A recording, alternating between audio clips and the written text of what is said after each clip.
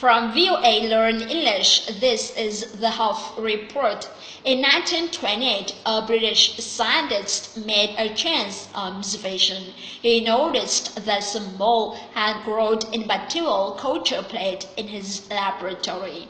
Molds can do that, but this mold had the ability to kill the bacteria around it. The scientist Alexander Fleming found that the mold was a member of a common group known as penicillium. Fleming and two other scientists, Ernst Boris Chen and Howard Walter Florey, went on to win the Nobel Prize in 1945. They were honored for the discovery of penicillin and its curative effect in various infectious diseases. Other powerful antibiotics have been discovered since penicillin, but many antibiotics have become less and less effective as the germs they're designed to kill develop resistance. So scientists are searching for new ways to treat infections. Now researchers in Australia say they have made an important discovery. Scientists at Monash University in Melbourne believe an antibacterial viral protein called Plic could be used as an alternative to antibiotics. This protein was first identified as a possible treatment for infections in 1925. But the research ended following the discovery of antibiotics. Now scientists have spent 6 years studying the structure of the protein. They have found how it kills the bacteria that cause sore throat, pneumonia, and streptococcal toxic shock syndrome. Australian researchers worked with scientists at the Rockefeller University in New York and the University in Maryland.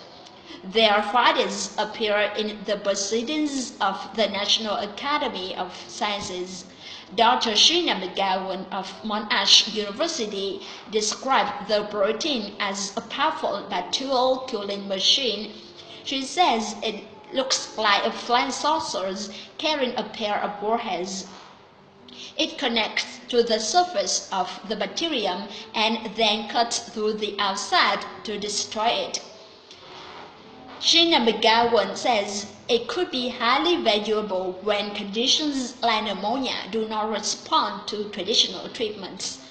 She says some antibiotics are not as effective as they used to be, and she urges that more research be done to develop safe doses for humans.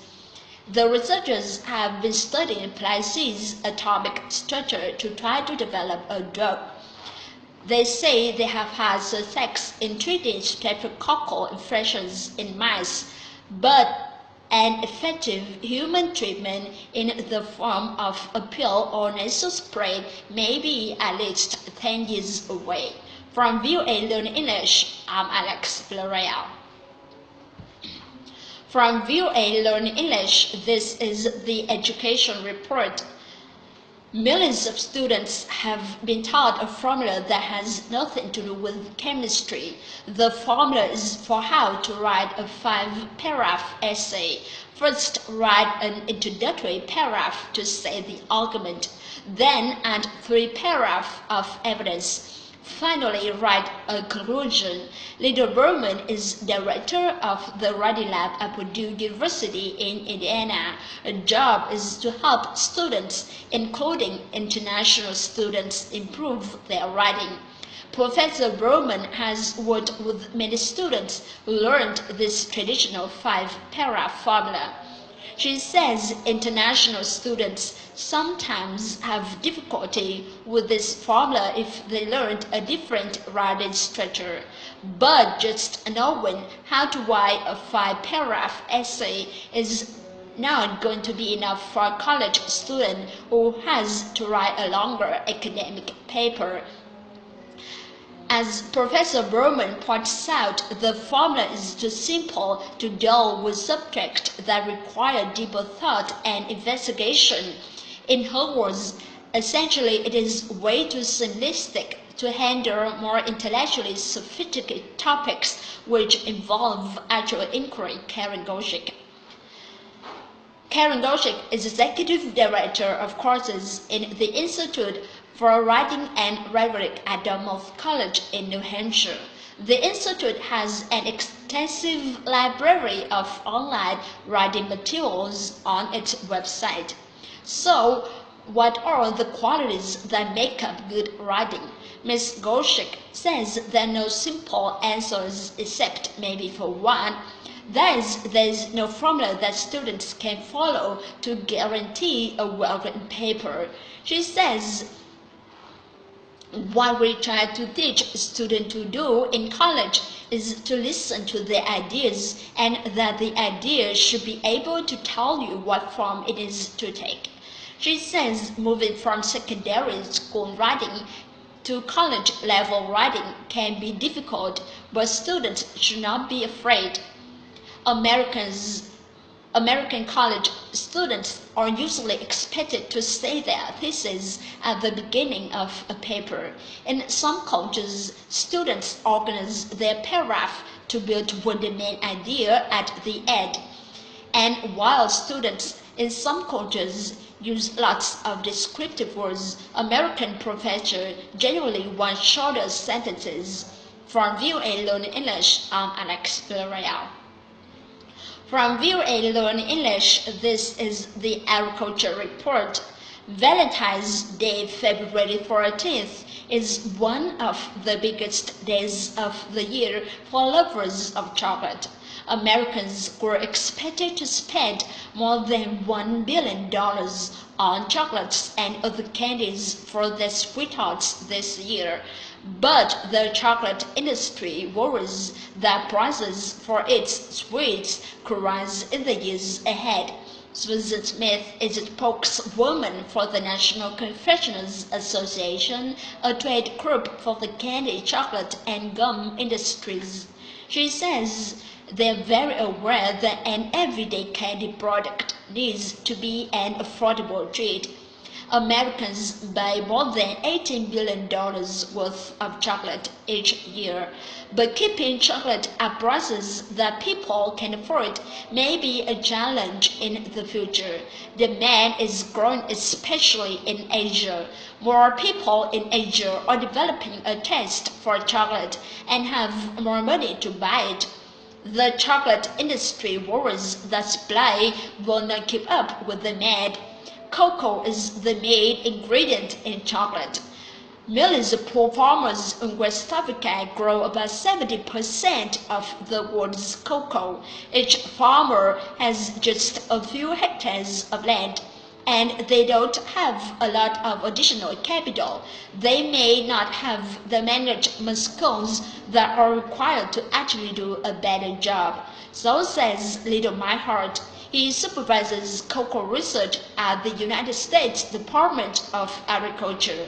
Mr. My Heart says these farmers often do not have the money to buy fertilizers that would increase their productivity.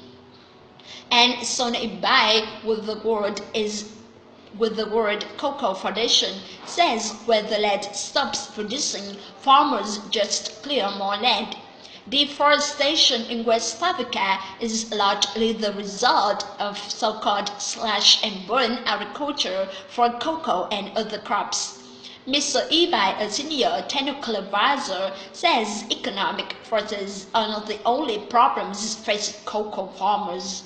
Experts say pests and diseases destroy 30 to 40% of the world's cocoa crop each year.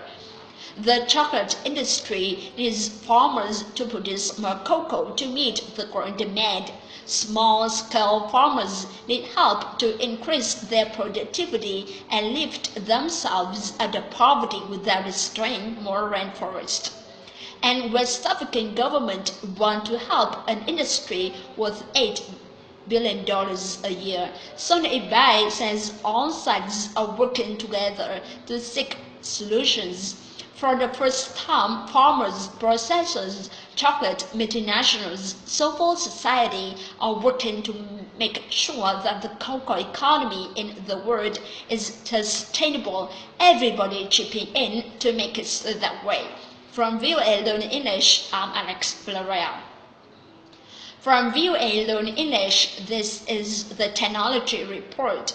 Internet activists and human rights groups are criticizing an order that requires blogs and social media sites in Vietnam to share personal information only. The order aims to ban social media users and bloggers from posting other information such as news stories. Local media reports say the decree states that such sites are not permitted to quote, gather, or summarize information from rights organizations or government websites. Prime Minister Nguyen Dong approved Decree 72 in July. Internet activists say this is an attempt by the communist government to restrict freedom of speech. Rights groups say the decree's requirements are too broad and will be used to act against government critics. Others criticized a statement by Liên, the Deputy Minister of Information and Communications. State media reported he may say that the law aims to help web users find correct and clean information on the Internet. But one blogger says that is a matter of personal choice. She says Vietnamese citizens do not need the government to teach them how to think. The decree sets out very broad categories of speech that officials could consider as troublesome. It includes warnings about information that is against Vietnam or undermines certain principles. Sean Crippen is the Southeast Asia representative for the Committee to Protect Journalists, or CPJ. He says the increased restrictions suggest that the government thinks it has lost control of the criticism that is so widespread on social media. From VOA Learn English, I'm Alex Villarreal. From VOA Learn English, this is the Health Report. Living among trees, flowers, and other plants can fill your life with beauty. And if you are a woman, it might also help you live longer. Researchers found that women who live in homes surrounded by plants have lower death rate than women who live in areas with less greenery. The Harvard University's School of Public Health reported the finding. Peter James is an expert there on epidemiology or disease spread. He and his team looked at information from one of the largest and oldest investigations of women's health, the Nurses' Health Study, which began 40 years ago. It now has information on nearly 200,000 women. For the new study, the Harvard team looked at death rate records of more than 100,000 women between the years 2000 and 2008.